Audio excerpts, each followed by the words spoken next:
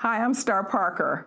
And with all of the hot rhetoric about race and policing in the headlines today, there was some hope that the Congress would be able to have a sober and serious discussion on the issues being raised right now in our headlines to shine some light, some depth, perhaps even provide some answers. But unfortunately, light and depth are not what drives the Congress. And thanks to the Democrats, we won't see any federal legislation this year dealing with police brutality that's happening in some of the local communities across the nation. The Democrat-controlled House passed a bill, the George Floyd Justice and Policing Act, that had no prayer passing in the Republican-controlled Senate. It was really big government. The Republican bill, sponsored by South Carolina Republican Senator Tim Scott, the Justice Act, was killed by Senate Democrats. Senators Booker and Harris wrote that their bill would begin to address and root out deadly systemic bias and, yes, racism in policing. Is there deadly systemic bias resulting in, their words, the killing of Black Americans at the hand of law enforcement again and again and again? Well, Harvard economist Roland Fryer Jr., who happens to be African American, has studied the issue widely. And he summarized in his work and concludes that maybe we should look at this a little bit differently. He wrote an op-ed in the Wall Street Journal recently, and it said that we didn't find racial differences in officer-involved shootings. That was in quotes. Again in quotes, he said, no matter how we analyze the data, we found no racial differences in shootings overall, in any city in particular, and in any subset of the data. He sums up saying, when a shooting might be justified by department standards, are police more likely to actually shoot if the civilian is Black? The answer appeared to be no. But then what about non-lethal force? Here, Fryer does find racial disparities. According to his work, however, Fryer finds that Blacks were significantly more likely to endure police force. He cites other academic studies that draw the same conclusion. So we do need to talk about this, and we will right after this. If the Act passes in its current form as H.R. 5, then every right that women have fought for will cease to exist. H.R. 5 is a human rights violation. Every person in this country will lose their right to single-sex sports, shelters, grants, and loans. The law will forbid ever distinguishing between women and men. Male rapists will go to women's prisons and will likely assault female inmates. Female survivors of rape will be unable to contest male presence in women's shelters. Men will dominate women's sports. Girls who would have taken first place will be denied scholastic opportunity. Women who use male pronouns to talk about men may be arrested, fined, and banned from social media platforms. Girls will stay home from school when they have their periods to avoid harassment by boys in mixed-sex toilets. Girls and women will no longer have a right to ask for female medical staff or intimate care providers. Everything I just listed is already happening. And it's only going to get worse if gender identity is recognized in federal law. Why are conservatives standing with liberals to strip women of their rights? America's women deserve better.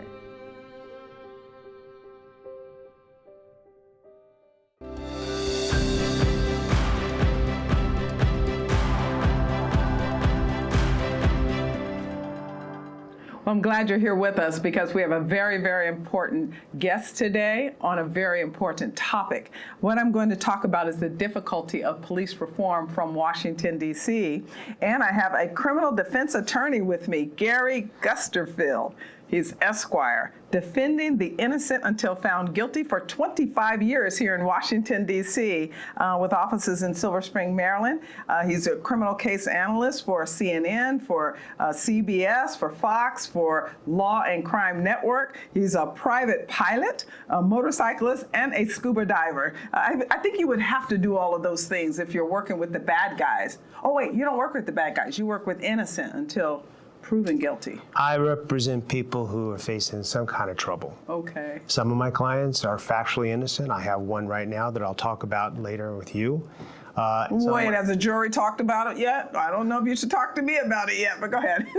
This guy is absolutely innocent. Oh, yeah. And what he has gone through is very much part of, I think, of what the Black Lives Movement really should be addressing. This type of client, this type of individual, somebody who, we'll talk about it more. Yeah, because they're not going to do that. That's not part of their work, and we know that. But go ahead. So tell us a little bit about what you do here. The people that I represent are people who are facing trouble. Okay. Some of them are guilty. Some of them are innocent. Some of them are, there's just not enough evidence to find them guilty, and as a matter of law, they should be found not guilty. And I firmly believe in that. Right, But right. I do have clients that are factually innocent.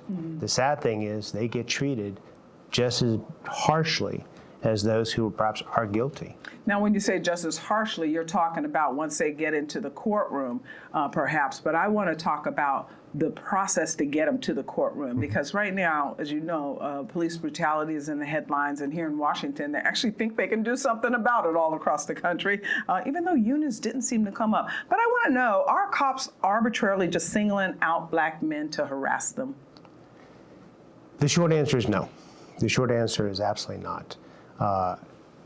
There is a group of, people who are doctors, lawyers, accountants, business owners, highly educated, who happen to be black, are not receiving this heavy-handed treatment that we've seen in the news. So, for example, with George Floyd. In fact, George Floyd very much represents the very type of person who is given that heavy-handed treatment that we see. Right. And I have a client that I'm representing right now, and it's deja vu all over again, because he's carbon copy of yet another client that I represented who was completely innocent of all charges. The way he was treated and the way my current client is being treated itself is very galvanizing, exactly addressing the problems that are facing certain African Americans. These are people who in many ways don't have a constituency. Right. They are the people who are like George Floyd, flawed. People who have problems in life. They don't have somebody supporting them. They're not the minister of a church who's been badly treated, who's not going to have, people immediately coming out to their defense. Right. Police are aware of those people, and police don't want to be heavy-handed with those people. Right. Take a client like mine, this guy Ramani, a young kid. He's 20 years old, no prior criminal record, comes from a good family, and he's a good kid, and I mean that. He is a good kid. He's been, I've never met him. I hope you change his name so that if there are jury members in here, I won't know the story, but go ahead. Sure. We'll just pretend that that's not his name. I've spoken to his family and him, and they're okay with me using his name. They understand the good and bad this brings to their family. Sometimes when you have an important message and people don't like the message, they attack the messenger. Right. I've explained that to them. I've explained that this risks exposing their personal lives and their private lives. But they believe that what their son and what they have gone through is so terrible, it's so awful, that it needs to come out. And they'll take the punches, the people who are going to attack the messenger in a way to try to disrupt the very important message. But do find that because there's so much discussion from the right and the left now as if there's something inherently and systematically flawed about our system, our policing system, our law enforcement system, that actual cases get lost because we are unique individuals and we each have our unique stories, and we have other challenges in some of our zip codes that call for more aggressive policing. So I'm wondering if now we're mixing two different stories. Is this a job that should have been thought about from here in Washington, D.C. to solve problems for clients like yours? So strategy and tactics are two very important but very different things. Where a community needs more policing, that's a strategic issue. How do you provide for a safer community? And communities where we have predominantly black people deserve to live in as much safety as communities that are predominantly white. Well, then let's think about what Black Lives Matters is asking for. They're saying they want to defund the police. They don't even want them in these communities, as if the community themselves are saying that this is what they want. We've not heard the community people say, hey, we don't want any type of law enforcement. I think what they're looking for is equitable law and justice to be done, but in an environment that allows them to be innocent until proven guilty. Absolutely, and you have to understand something. When you've been targeted by tactics that are heavy-handed, you lose sight of the fact that the strategy is to provide for a safer community. You talk to any police department, any chief of any police department, I think they're speaking from the heart when they say that their goal, their objective is a safer community, and that's what policing does. The problem is the tactics that police employ can be so awful. You know, they say sometimes the medicine is worse than the cure. Right. Well, but those things are done locally, and that's why I think we're going to talk throughout the show today about what role the local has and what role the federal government has. Because while I agree with you that some of the tactics need to be addressed, I also know that some of the behavior needs to be addressed, especially when we're talking about these hard zip codes. And this gets lost in a lot of the discussion. You know, you're saying your client is innocent, and you're going to attempt to prove that. But what happens now is we make the case in the public square as if everybody's situation is exactly the same, and if they're ethnic or African American, then all of a sudden we're supposed to pretend that they're the good guys and pretend that the cops are the bad guys. I think that this is what we're having trouble sorting through, and so that's why I wanted your opinion on these things. Look, you're absolutely right. It's very complicated. People who themselves are imperfect. Okay, so for example, I want to take my client. Okay, Romani. No, well, I'm not going to let you get away with the imperfect part. No, people do crime. They do. We're talking victims. We're talking not just I'm imperfect, so I tripped over my shoelace. Right. We're talking about violating another human being, and this is what there is a victim in most crimes. So I don't want to pretend that these guys are just floating through life and just have an hiccup. Let's take a client who is not factually innocent. Okay, other of my clients that are not factually innocent. Remember, I look at the world from the viewpoint of a criminal defense attorney. Right. I represent individuals. Yeah. Okay. I give everything I have, whether they're guilty or not guilty. That's not my job. I'm not a social worker. I'm there to defend. Right. And I will defend, and I have put people who did bad things. I know they did bad things, and you're going to give them the best defense you can. I have watched them walk out of the courthouse. I do my job. Having said that, what I'm saying is, people who do bad, people who have made mistakes, still have to be treated with the same dignity as police are required to treat. That's the true. Police can't distinguish between, well, he's a good one, oh, he's a bad one. He's a good one. I know if I'm hard-handed with him, the world's going to come down crashing on me. I know better. That guy, he's not a good one. I can treat him badly.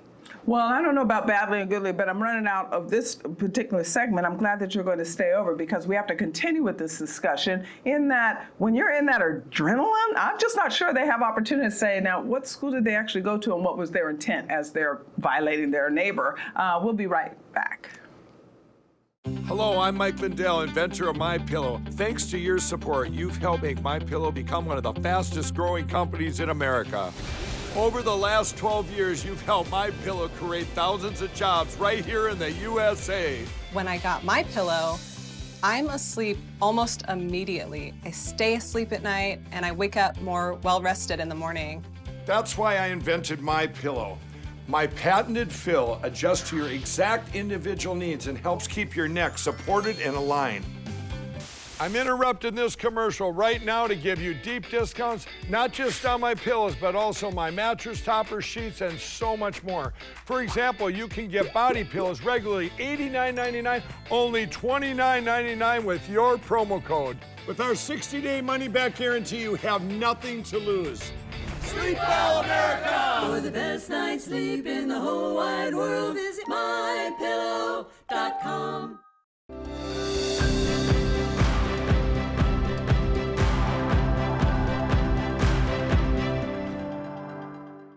Well, welcome back, and I hope you enjoyed my last discussion, and we will keep Garry over for a panel, but not this one. I want to talk about some other things right now, because as the nation is preparing to shut down again over COVID-19, we're supposed to pretend that nothing happened in between, and yet we all know that domestic terrorists came through and terrorized our country over the death of George Floyd. So now the hype is talking about police reform, police brutality, and even here in Washington, they think that they can get something done on behalf of the people. The local tackle people in communities where this doesn't happen. And I'm wondering if it is isolated. I have a very distinguished panel today to help me dive into this area of police reform, police brutality, racial systemicness, and all the other things that they're throwing at us through Black Lives Matters and the rest of this that we are hearing.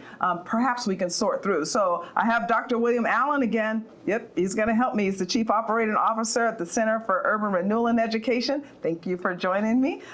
Mr. Richard Manning, President of Americans for Limited Government and author of Necessary Noise. Glad to have you back. And Mr. John Malcolm, he's in the hot seat. He's the Vice President of the Institute for Constitutional Government at the Heritage Foundation. So we need his opinions in this. And in fact, even beyond opinions, expertise, because from 2001 to 2004, Mr. Malcolm served as a Deputy Assistant General in the Department of Justice's Criminal Division, where he oversaw sanctions on computer crime and intellectual property, domestic security, child exploitations and obscenities, and special investigations. So welcome. I really appreciate you being here with us today. Great to be here. Yeah, well, I'm wondering how great it is because those Democrats, they kept telling us that they wanted police reform, and now they've shut it down. It seems like they've shut down the legislative process to see if we'll get anything done on police brutality. So I'm wondering, first question would be, what should a national response be anyway?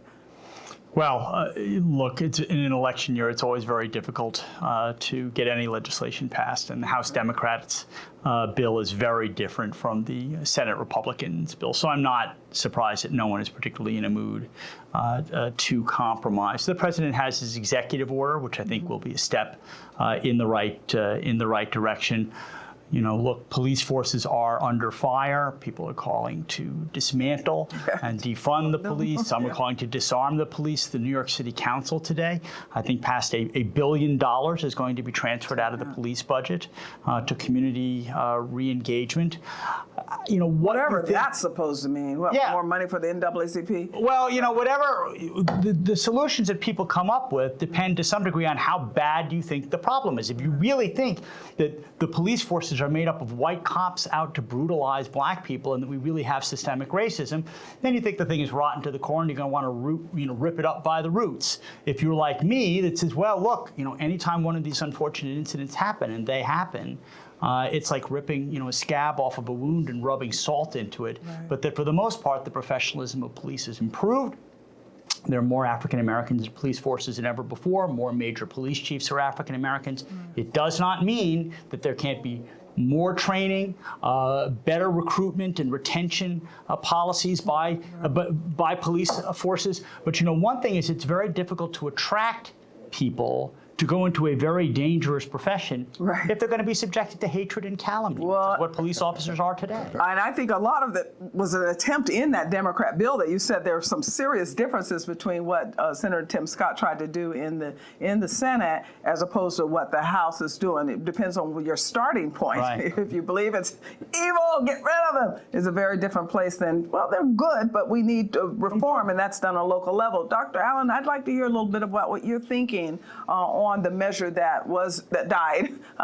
It looks like it's not going to happen. It could be because it's a political year, but they sounded so serious. And I actually think Senator Scott was serious to try to get something done. I think no one can doubt Senator Scott's seriousness. His heartfelt reflections throughout the course of this reveal someone who is sincerely convicted about what needs to be done. I agree, however, with my colleague that the responses we are seeing are a strong indication that nothing is going to be done. And that is because there is a path forward. You see, there's no one who is in favor of police brutality anywhere. Right. So if we can all agree on that, but we can't agree on what to do, the reality lies somewhere else. And the reality is that while there are brutal police, there are also police who are not brutal. Right. While there are brutal white police, there are also brutal black police, Hispanic police, Asian police. Right. There are also good police who are white, good police who are black, Asian, Hispanic. That complicated picture doesn't fit the monochromatic discourse taking place in the country. Right. And that means you can't bring those two things together. You must silence the monochromatic discourse in order to deal with the actual reality. Well, I don't know that that's going to happen because Black Lives Matters is going around painting their picture on walls. They're out there demanding that businesses fund them. This is some aggression like we haven't seen before, at least not in my lifetime, Richard. I'm wondering, do you even think that something can be done? Dr. Allen mentioned that nobody wants police brutality, but I think that there was also consensus of appalled by what we saw happen to George Floyd. So we're not in the 1950s. What should we be thinking about doing so that we can purge out the bad apples, but also keep people like the Marxists from destroying the country?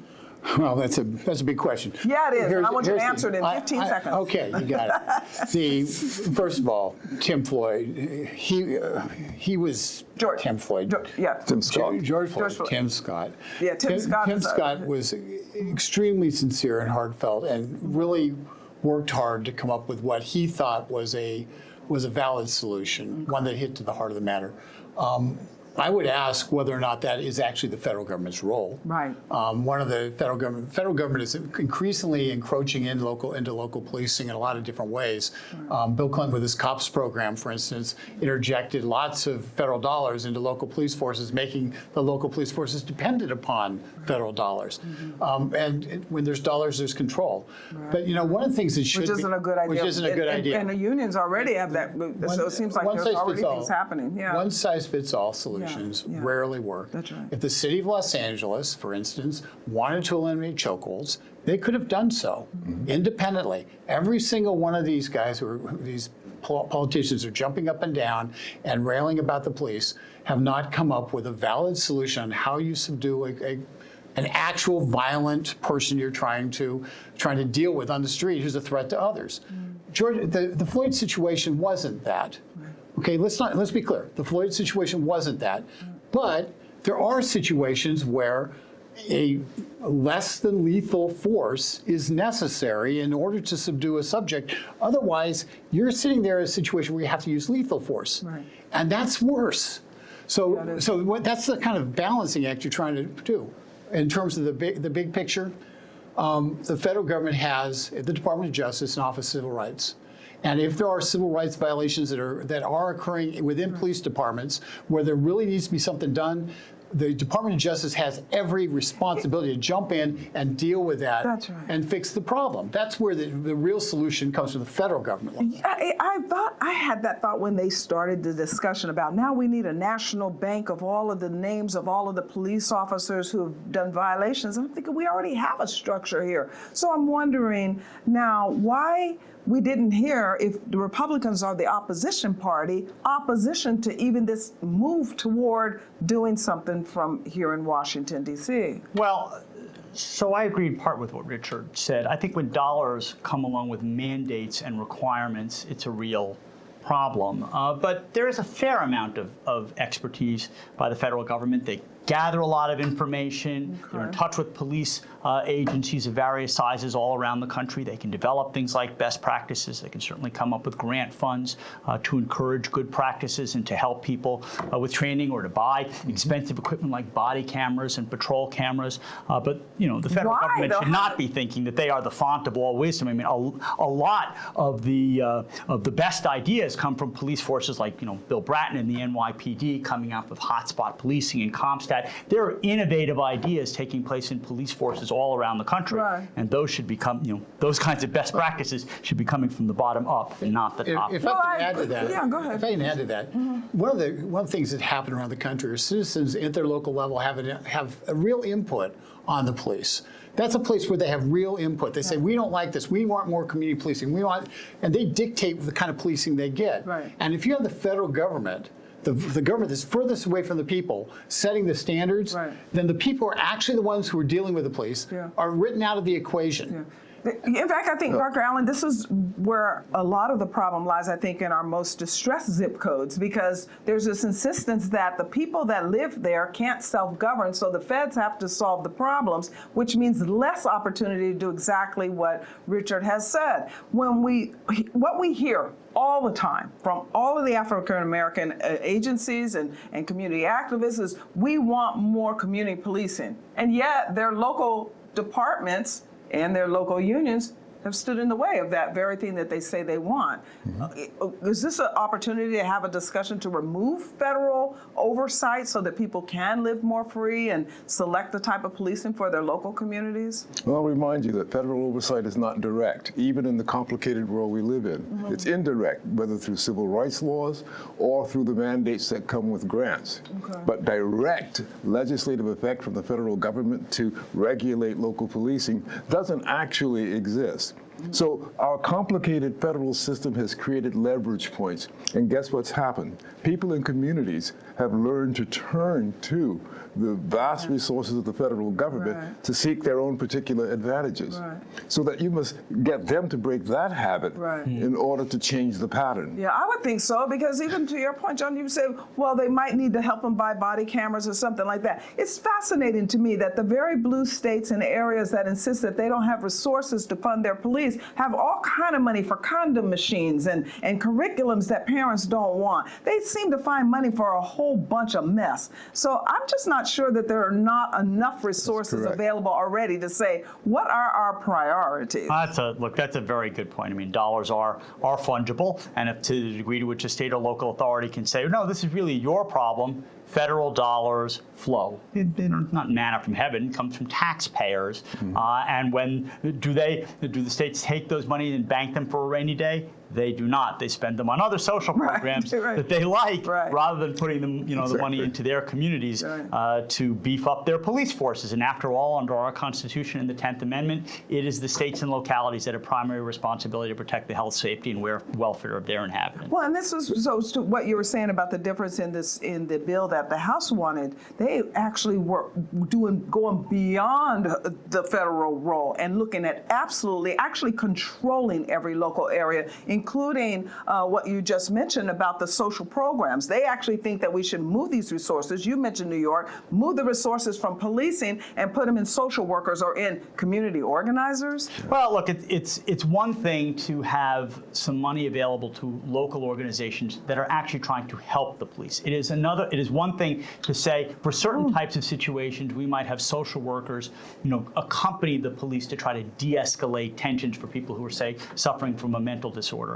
It is another thing to say, well, the police just aren't needed. We live in a sinful world, dangerous folks, they have a lot of guns, and if the police are not there, there will be dead bodies and mayhem. I just want to be emphatic about one principle. The police can help keep communities safer. They cannot make healthy communities. That's right. That's true. Healthy communities make policing less necessary. Wow, what a great point. That's an absolutely great point. And because where you see less crime, the neighborhoods are healthier. And it's not because white people live there or something and have been convinced because of these outsiders who keep getting all this money to say that they're going to do more to help the community. It's because husbands are married to mothers of children. They own their property and they take care of it. And I think that whenever we leave out that social dynamic, we're hurting ourselves. And back to your point, Dr. Allen, we're not even getting to the real discussion. Exactly. Yeah. So, Richard, you had a final thought on this one? Are you living in a community that they're going to defund? Well, no, we're not defunding Chesapeake Beach, but I will tell you, we're going to see a great social experiment in Minneapolis, where they are absolutely, in my estimation, nuts to defund their police department. The city council people have, guess what they have? Private security. Yeah, they do have private security. So they've got private security. The citizens are going to sit there and they're going to be left to their own devices. And what we're going to learn is the Second Amendment exists for a reason. Right. Well, I think also we're going to see more people quietly backtrack on those ideas of defunding, especially with what we're seeing now in Seattle. They learned the hard way that maybe this wasn't a summer of love after all. Maybe we should have some police, and especially since a young boy has been killed now. This is very tragic for the country. I think that when we come back, we want to have the panel discussion about more community involvement. What should people be doing locally? Why is it that some zip codes in our country just don't seem to work? And yet we hear so-called representatives of these folks demand more heavy hand from government, which also doesn't seem to work. Maybe we are missing something. And to Dr. Allen's point, maybe we're having the wrong discussion about the problem, or we're leaving certain people out of the discussion, and we can't afford to do that any longer. I'll be right back. Hello, I'm Franklin Graham. Right now, we're in Alaska unloading a hospital for COVID-19. But right now, our country is in trouble, and people are scared, people are afraid, and we see the violence and the injustices that are taking place. Only God can change this. This is a problem of the human heart, and we have sinned against God, and as a nation, we've turned our back on God. And I want you to know that God loves you, He cares for you, and He sent His Son, Jesus Christ, from heaven to this earth to take our sins. And if we'll confess them and repent, turn from them, and believe on His Son, Jesus Christ, God will forgive us and He'll heal our hearts. If you've never invited Christ into your heart, pray this prayer with me right now. Just say, God, I'm a sinner. I'm sorry, forgive me. I believe Jesus Christ is your Son. I want to trust Him as my Savior. I want to follow Him as Lord from this day forward forever. Amen. Call that number right now that's on the screen. We've got someone who will pray with you, talk with you, encourage you. God bless.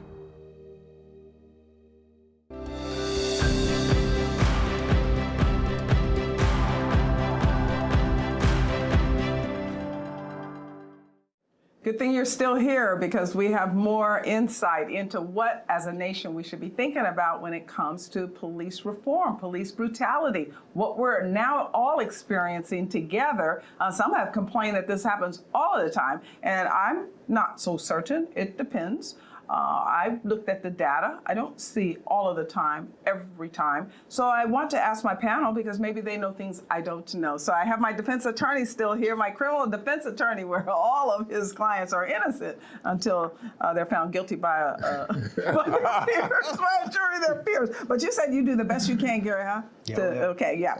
Garry Gerstenfield, and he is defending the innocent, so that they will And sometimes have the guilty. representation. Sometimes the guilty. Not Well, you know what? But the constitutional, they do get a defense. Absolutely. In fact, I heard that they tell you you have a right to remain silent. Anything you say can and will be used against you in a court of law. You have a right to an attorney. I don't know that firsthand. Richard, help me out here, Dr.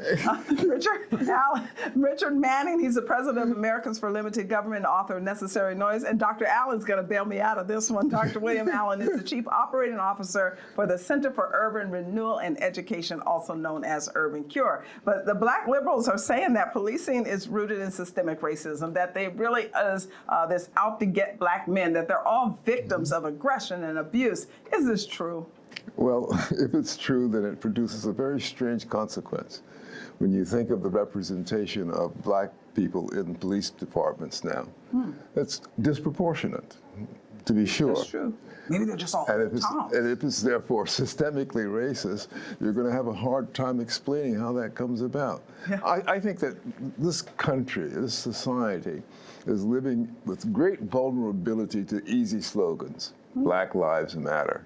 Well, of course Black Lives Matter. Who would deny it? But lying about black lives matters too. Lying about white lives matters too. Lying about police matters also. So that getting to the truth of anything requires getting past the slogans. Right. And that means seeing these communities for what they really are and how they're actually functioning. Yeah. And as we talk about the criminal defense perspective in defending someone, I heard Garry say earlier, look, these people have stories. Right. Each comes, and some of them have the kinds of stories to which police react. Right. And we know why they do that, because what does it mean to spend all your time working with the toughest cases? Right. Right. It's hard not to get hardened by it, Right. not to be jaundiced by it. Right. Training can help, Right. and we need to give them all the support in the world. But we have to recognize that if you're working in the worst circumstances, dealing with the worst people, Right. you're going to become jaundiced. Now, that's an interesting perspective that you don't hear much in this discussion. Term limits for police officers, I guess you could say, almost, depending on the communities that they work in. But you are going to run into challenges because unions are going to protect them, their job all the way till they die in the chair often. Richard, I'm wondering about something that Dr. Allen said in the discussion. Everybody was appalled. I can't think of a better word when we saw the video. Everyone heard the story of Michael Brown. This keeps peaking up. But on the slogans itself, the Black Lives Matters, we now have major pastors and major companies buying this narrative as if it's not just a slogan, or maybe they think it is just a slogan. They're not even doing their homework to find out that these are Marxists. They have outlined what they believe. what should the response be from those that are in the pulpit, those that have a bully pulpit, whether an actual pastor and or a leader in a community? What should we be saying as opposed to the left that keeps insisting it's systemic, it's racism, and we need to purge it out with bigger government? Well, I can tell you what I would say and have said. All lives matter. We're all created equal by God. And we happen to have different shades of meat suits, but our souls are the same and are individual, but all loved by God. And we have a real responsibility to make certain that the laws are people are treated equitably and equally under the law. But when you say Black Lives Matter, what you're really saying is Black Lives Matter more. You're not saying, because they won't let you say all lives matter.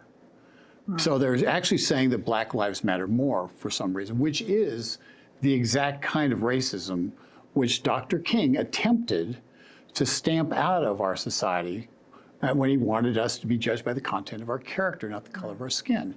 So we have a responsibility to remind people of a couple things. First of all, we are all God's children. And yes, sin is in the world, and there are people who should be prosecuted. Some of those people wear police uniforms.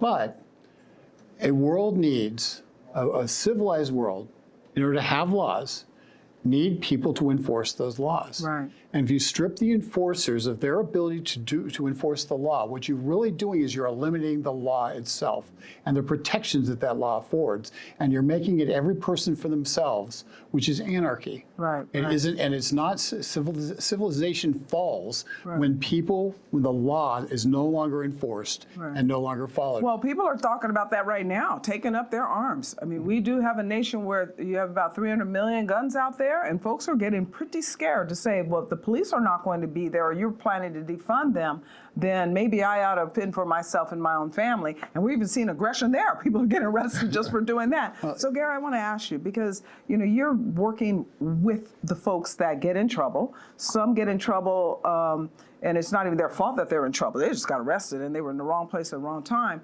But I'm wondering, are we missing something in defending ourselves as a country, but being empathetic to those that maybe by no fault of their own, they find themselves on the other side of the law?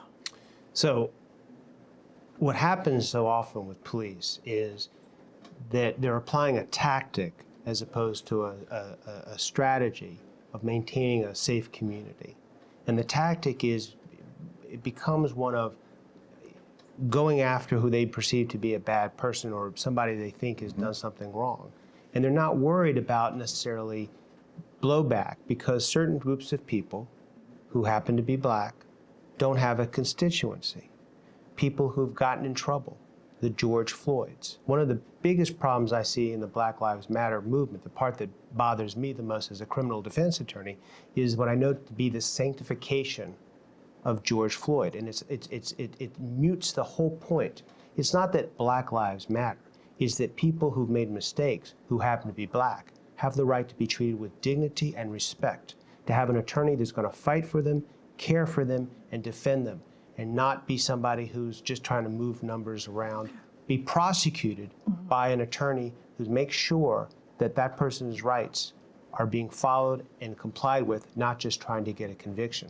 But now are you saying that we don't have that? I thought we have a healthy criminal defense We do not. attorney system. If you have money, you get one level of criminal defense. Well, yeah, of course you do. But in fact, I have a friend who son got into some trouble, and she was going on and on and on about the public defender and on and on. And I finally just said, you know what? If you don't want your son to go to jail, if I were you, I'd go in my bank account and get him a lawyer. Well, she got him a lawyer and he didn't go to jail. So I think that's an excuse sometimes to say, well, the wealthy get the better attorneys because they pay the most money. Are you telling me then that there are not good people or people of goodwill that become the defense attorneys for the people that don't have money? I've never needed a public defender. If I ever get in trouble, I'm going to get me a real lawyer. If you can afford it, that's great. But What do you mean if you can afford it? You've got great lawyers that are public defenders, but they're drinking from a fire hydrant. They're doing best they can with what the resources they have. But that's a little further down the stream, and that's another issue that certainly needs to be addressed. But at the beginning of the stream is the marginalization of people like George Floyd.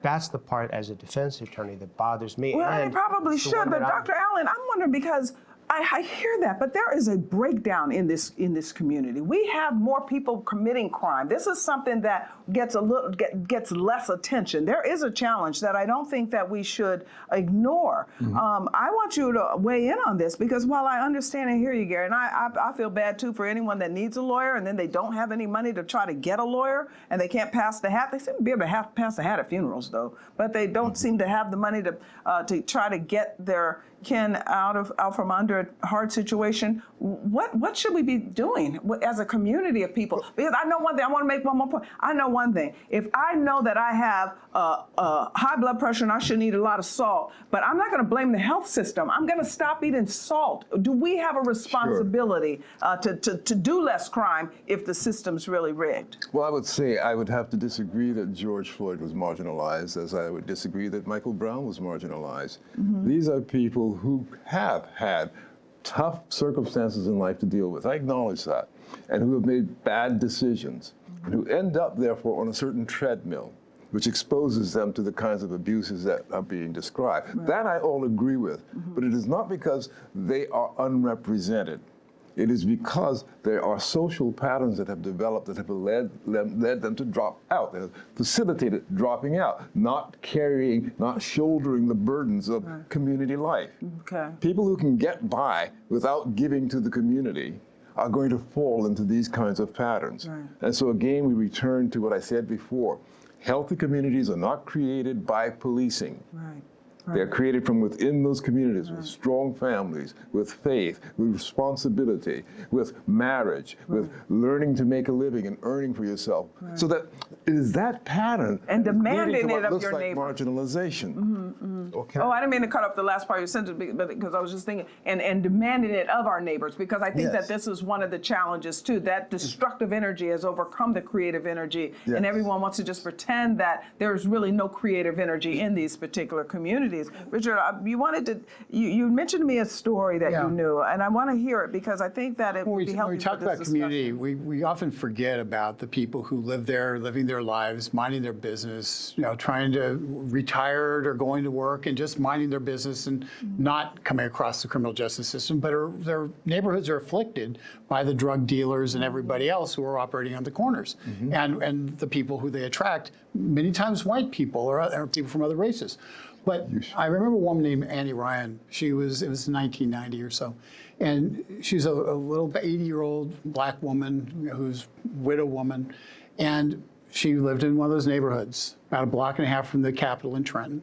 And she was sitting there one night. From the Capitol. I know that neighborhood. She was sitting there one night, and somebody broke into her house. And she got the gun that her departed husband had bought, and it was a real old revolver. And she got it out, she loaded him. The guy came into the bedroom and she shot him a couple of times.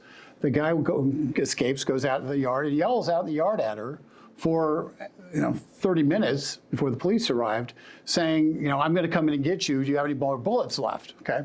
And of course, she didn't let him know that. Police come, he escapes. And Annie Ryan saved her life. And and the police, of course, confiscated her gun, leaving her defenseless. But some other people stepped in and helped her. But the point is, she lives in a neighborhood, and she has a right to be safe too.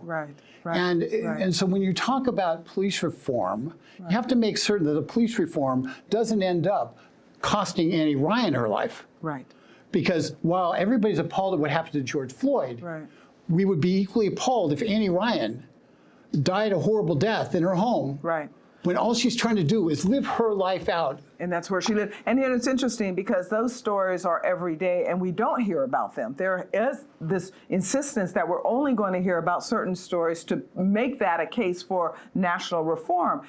Justin, you telling the story, I thought about here in Washington, D.C., when those domestic terrorists came through my neighborhood and lit a fire under a building where it is a high-rise building and there are hundreds of us in there defenseless because we're in a no-gun zone.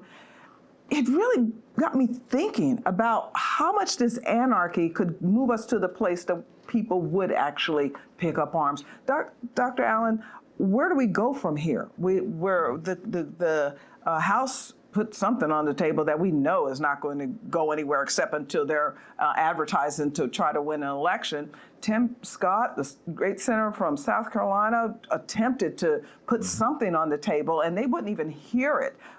So we know that's not going to happen here from Washington. I'm with Richard. I don't think it should happen from Washington anyway. But you have 10 seconds to just tell me what can we think about more deeply as individuals in various communities? I'm willing to accept the challenge to think seriously about reshaping policing. Okay. I wouldn't say defund. I might say double the force. Of course, you can leave them, half of them unarmed. But as long as these social workers can still give citations and still bring social peace, I think we'll be the better part. You call them social workers. That's interesting. I talked all about broken windows in my book, Necessary Noise. I did with Richard. Be right back. Today, a student in public school will pray or lead a Bible study. Someone will share the gospel with a lost soul. Today, a pastor will preach boldly the truth of the scriptures without fear of the IRS. The body of Christ will be the salt and light in a darkened world to engage responsible biblical citizens. Today, the life of an innocent child will be saved, and a mother will experience the joy of a newborn baby. A distraught woman will find hope and choose life rather than death. Today, there is a strong voice defending God's created natural order of marriage and family. There is a defender of freedom in the courtroom and in the halls of Congress and in legislative bodies across the land. Today, a young girl by the name of Justina Pelletier will eat dinner with her family and sleep in her own bed. Today, all of this is possible because of the ministry of Liberty Counsel. People from all over America will find help and hope because of Liberty Counsel. The adversity they face will be turned into victory. Case by case, law by law, person by person, Liberty Counsel is advancing religious freedom, the sanctity of human life, and the family through litigation, education, and public policy. In the midst of adversity, there is opportunity to glorify God and to restore the culture. And that is the mission of Liberty Counsel, to restore the culture by advancing life, liberty, and family.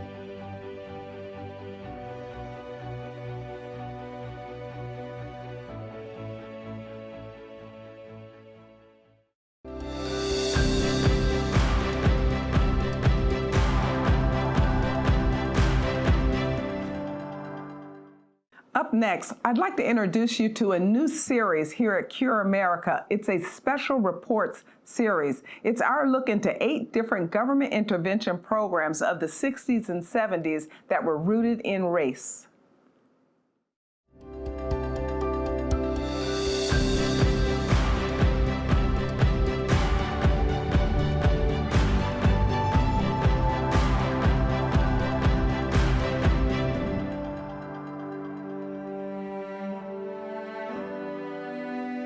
Hi, I'm Star Parker. A focus on race I'm going to talk about today on urbancure.org. The brutal death of George Floyd at the hand of a police officer has our whole nation once again focused on race, the great burden of America's founding. God established a unique place in history for America as a nation to pursue truth. History proves that her founders recognized this special call and thus declared her founding documents that all men are created equal. Yet, at her founding, 20% of people were slaves. The politicians of that time heavily debated this dilemma, but then concluded to push the problem into a future date. Thus, the burden of race has stayed with us since the beginning of our nation as Americans. A civil war, a civil rights act, a political movement that moved us away from the founding principles of limited government and equal protection under the law towards new systems of government intervention on every question of race, racism, and racial inequalities. Today in 2020, quest and passions on this founding burden of race have escalated to become between those who think America is inherently evil, and thus all of our systems need to be destroyed and transformed, and those who think America is inherently good, and thus her systems need to be fine-tuned towards better over time. Questions regarding the political movement toward new systems of government interventions have arisen since most of them were established in the 70s. And today, I'd like to explore the government intervention programs of affirmative action and racial preferences. I would argue that the premise of debate should not be the founding principles, but the implementation of these principles. A pursuit of truth to build a more perfect union. So let's take a look inside the government intervention programs with my very special guest, with our intent to discover some truth. My expert guest today is Mrs. Carol M. Allen, a research specialist, most recently the Michigan State University. Ms. Allen is a published author and has written extensively on issues of higher education, literacy, cooperative library collections development, and library systems implementation. In 2008, she wrote a book called Ending Racial Preferences, a research tome about her experiences and the debate surrounding the Michigan story to dismantle its racial preference programs in public contracting, education, and employment. I'd like for you to welcome with me Mrs. Allen. Welcome, Carol. It's very nice to see you today. It's great to be here. Thank you for the invitation. Who would think that we would be talking about questions that you were raising and trying to find answers to now almost 20 years ago, just with the battle in Michigan? Tell us a little bit about how you developed the passion to say something's gone wrong here. We need to address issues of racial preferences to lead you then to write such a significant book for today. Well, I have an interesting story to tell, I think, from a certain point of view, because for most of my life, I was very much a liberal advocate of affirmative action. When I was at the University of Virginia, I even co-chaired the college's committee on affirmative action. But my eyes were opened, in all honesty, through the teaching of my husband and mentor, William Allen. And through him, I was able to come to understand that what I think many people felt was a system that began with good intention had not worked out at all the way that it was hoped for, and was having actually perverse negative impact on the very people that in theory it had been set up to help. Now, where did you grow up that you developed those ideas to think that this was a help? You know, why would you have gravitated toward affirmative action programs being a solution to some of the racial questions of that time in the first place? In part, I think it's just, I grew up in Baltimore. Okay. And I grew up largely living in an entirely white environment. And I don't really know exactly why, but I believe probably it was my Catholic upbringing that led me always to feel a great deal of sympathy and empathy toward racial injustice. But I did not have the right intellectual lens to understand really how that injustice works. And so that's where my learning under Dr. William Allen, husband William Allen, ended up really opening my eyes and helping me to see that what looked just, what looked to be helpful, was actually sending a very powerful message that you need help. Right. You can't do this on your own. And it was like a light bulb went off for me. Well, that's exciting because I think it's a moment in time that we need to revisit, because there were many that were saying, even coming up out of slavery, that we don't need this extra special attention. Mm-hmm. We're human too. Mm-hmm. Let's just remove the barriers so that we can live free. So I want to ask you a few questions about race, rage, what we're seeing today, this extra focus, because I believe that during the civil rights movement, there were great opportunities to focus on the human being, to not go into the government intervention programs that we started to see in the 70s. And I think that maybe we got lost there a little bit. So I want to ask you some specific questions and elaborate where you feel you need to. But race and rage are in the headlines again, and some have inferred that much of the anger in the streets is a result of what students have been learning in higher education. So tell us about the modern day racial preference programs and the role that they might play in some of the emphasis on race that we are experiencing this particular summer of 2020, 56 years after the Civil Rights Act was signed into law. Well, I think there are really two components, Star. Part of it is the harm that's done strictly by the racial preferences themselves. It sets up a concept of other, and as I was saying before, it sets up a concept of victim might be too strong, although I think that it's so widespread it begins to take on that sensibility a little bit. But Well, it let's just sends explore a other powerful then. negative message. Yeah, let's explore other. Then if we say victim might be a little too strong, elaborate what you mean when you say other. Call me naive, call me optimistic, but I really believe that it is possible for us to see color and not see difference. Wow. But I feel that what is done through the preference programs and the diversity programs, so it's I think these two working together, just completely emphasizes other, different, not the same, and we lose sight of our common humanity. And that is what ultimately is going to save us if we are to be saved. We are 5 days away from fundamentally transforming the United States of America. The left, in the words of Barack Obama, want to fundamentally transform the United States of America. I don't. I want to improve the United States of America. I think Donald Trump's one of the worst things to happen to this country. When he was elected, I cried. I think he's a racist. Trump is real. I think he's a crazy bugger. I go, oh my, this is going to be a problem today. So he cusses when he gets mad. He says things that are brutally honest, but you have to look past that and look at what he's done for this country so far. This is ridiculous. I don't think he's a typical politician at all. He's I a think danger that's for why the world. We need to be secure. I love America, and I think that he does too. I cannot forgive him. Oh, he said something wrong. It hurt somebody's feelings. I'm so sorry. Well, let's get real here. This great republic of ours was built on the notion of individual liberty, individual freedom, and that means individual responsibility. America is a fragile experiment in liberty. The left wishes to undo that experiment. This is not about Donald Trump per se. This is about principles to govern a country. We are a nation of laws. This is good or bad.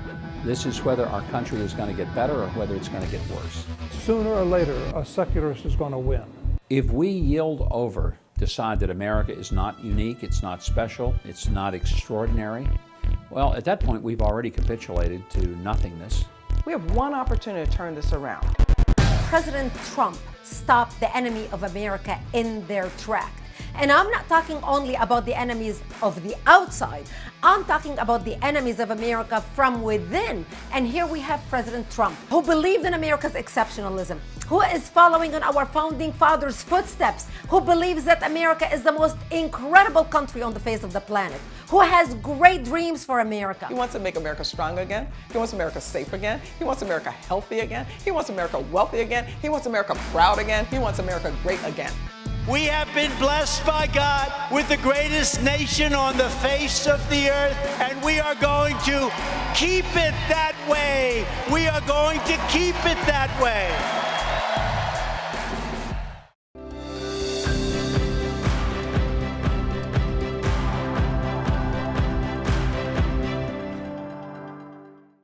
Well, that's another wrap up right there. And I think most of us have learned a lot about police brutality, police reform. You know, these last few weeks have been pretty intense and serious about what needs to be done. And especially after we all experienced together and our hearts were broken over George Floyd. If there's anything systemic regarding questions of police brutality that might need federal oversight, we wanted to know.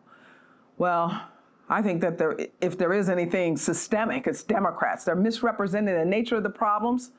America has a lot of problems, but I tell you, every time they get on to the issue of race matters and police behavior, it breaks down because worldviews break down.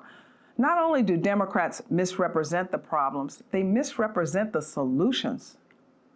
Senators Booker and Harris and other Democrat leaders have criticized Senator Scott's bill for not going far enough.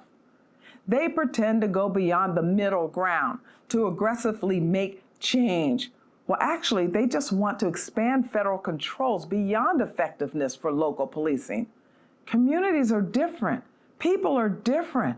So we need variety. We need local. But at the same time, these Democrats are ignoring where a major part of the problem for police reform lies. In the local governments, there are negotiations with police unions. We've heard a lot about that lately. And according to the Wall Street Journal, some 40 states require or permit collective bargaining in police.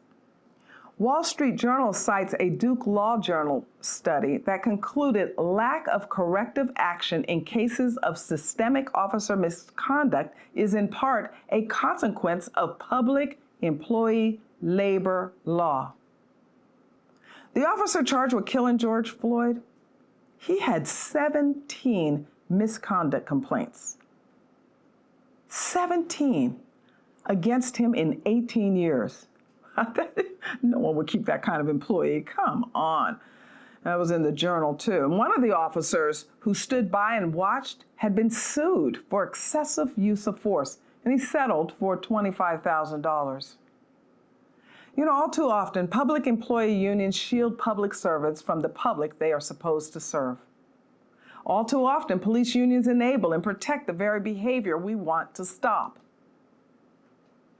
Maybe disproportionate union contributions to Democrats conveniently produce a blind eye.